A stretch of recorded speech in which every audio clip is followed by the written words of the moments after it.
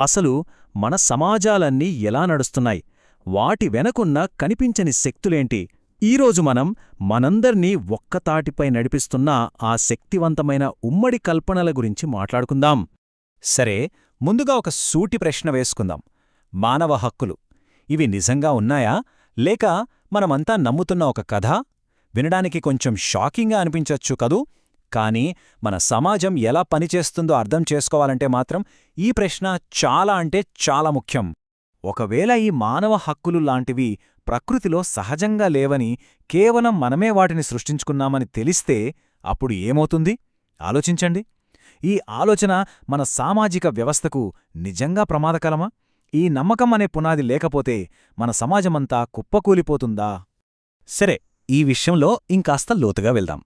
అసలు ఈ ఆలోచన మనల్ని ఎందుకు ఎంతగా కలవరపెడుతోందో అర్థం చేసుకోవాలంటే మనం 2 రకాల ఆర్డర్స్ని, అంటే క్రమాలని పోల్చి చూడాలి. 1 సహజమైన క్రమం, 2 మనం ఊహించుకున్న, అంటే కల్పించుకున్న క్రమం. ఇక్కడే అసలు పాయింట్ ఉంది.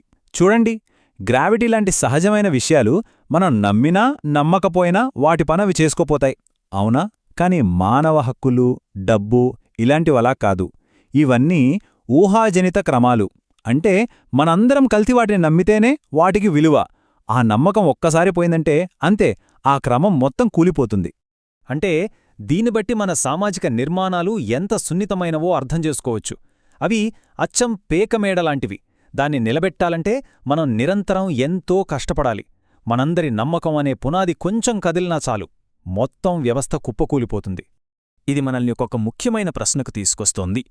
ఇంత సున్నితమైన, బలహీనమైన ఈ ఆర్డర్స్ని అసలు ఎలా నిలబెడుతున్నారు?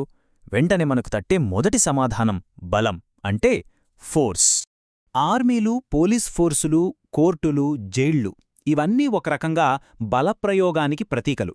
ఈ వ్యవస్థలన్నీ కలిసి ప్రజలు ఆ ఉమ్మడి కల్పనలని, అంటే రూల్స్ని ఫాలో అయ్యేలా చూస్తాయి. కొన్నిసార్లు చట్టాన్ని కాపాడటానికి బలాన్ని ఉపయోగించడం తప్పదుగదా. అయితే ఇక్కడే ఒక చిక్కు ఉంది. కేవలం భయపెట్టి, బలవంతపెట్టి ఒక పెద్ద సమాజాన్ని ఎక్కువ కాలం నడపగలమా? అస్సలు నడపలేం. ఎందుకంటే అది స్థిరమైన పునాదిని ఇవ్వలేదు. ఈ కొటేషన్ చూడండి, బల్లెం మీద కూర్చోవడం ఎప్పుడూ సౌకర్యంగా ఉండదు. ఎంత నిజమో కదా. మరి కేవలం బలం సరిపోదు అనుకుంటే ఈ వ్యవస్థలన్నింటినీ అసలు నిలబెడుతున్నది ఏంటి? సమాధానం ఒక్కటే, నమ్మకం. ఇక్కడొక పారాడాక్స్ ఉంది చూడండి.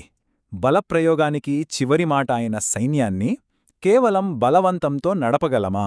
అసాధ్యం. మరి ఆ సైనికుల్ని, ఆ ఆఫీసర్లని ముందుకు నడిపిస్తున్న శక్తి ఏంటి? ఇక్కడే ఉంది అసలు పాయింట్. ఒక ఆర్డర్ నిలబడాలంటే దాన్ని కాపాడే సైనికులు, కమాండర్లు కూడా ట్రూ బిలీవర్స్ అయ్యుండాలి. అంటే వాళ్ళు ఆ ఉమ్మడి కథని మనస్ఫూర్తిగా నమ్మాలి. అది దేవుడైనా, దేశభక్తి అయినా, గౌరవం లేదా డబ్బైనా సరే, ఏదో ఒక దానిమీద వాళ్లకి బలమైన నమ్మకముండాలి. ఆ నమ్మకమే వ్యవస్థకు నిజమైన బలం. ఈ నమ్మకమనేది కేవలం కింది స్థాయిలో ఉండే సైనికులకే కాదు, పై స్థాయిలో ఉండే నాయకులకు, ఎలీట్స్కు కూడా ఖచ్చితంగా ఉండాలి. ఇది మనల్ని మరో ఇంట్రెస్టింగ్ పారాడాక్స్ దగ్గరికి తీసుకెళ్తుంది. ఒక్కసారి ఆలోచించండి. సమాజంలో పై స్థాయిలో ఉన్నవాళ్లు కేవలం స్వార్థపరులే అనుకుందాం. వాళ్లు తమ కనీస అవసరాలు తీరిపోయాక అంతకు మించి సామ్రాజ్యాలను కట్టడానికి లేదా కొండలంత సంపద పోగేయడానికి ఎందుకంత కష్టపడతారు? సీనిక్ స్కూల్ ఆఫ్ ఫిలాసఫీని స్థాపించిన డయోజెనస్ కథ ఈ పాయింట్ని చాలా బాగా వివరిస్తుంది. అసలు మనిషికి బతకడానికి చాలా తక్కువ అవసరాలుంటాయని నిరూపించడానికి ఆయన ఒక పీపాలో నివసించేవాడు. ఈ సంఘటనతో ఏం తెలుస్తుంది? ఒక నిజమైన సినిక్కి, అంటే దేనినీ నమ్మనివాడికి ఈ ఊహాజనిత క్రమాలు సృష్టించే అధికారంగాని, సంపదగాని ఏవీ అవసరం లేదు. అతనికి కావాల్సింది కాస్త సూర్యరశ్మి, అంతే. సో దీన్ని బట్టి మనం ఏమర్థం చేసుకోవాలి? సీనికులు సామ్రాజ్యాలను నిర్మించరు.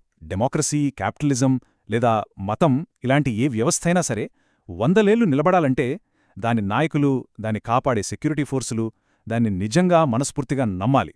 ఆ నమ్మకమే ఆ వ్యవస్థలకు ప్రాణం పోస్తుంది, లక్షల మందిని ఒకే దారిలో నడిపించే శక్తినిస్తుంది. మరి ఈరోజు మనందర్నీ ఒకటిగా ఉంచుతూ మన జీవితాల్ని శాసిస్తున్న ఆ అతిపెద్ద, అత్యంత ముఖ్యమైన ఉమ్మడి కల్పన ఏమై ఉంటుంది? ఒకసారి ఆలోచించండి.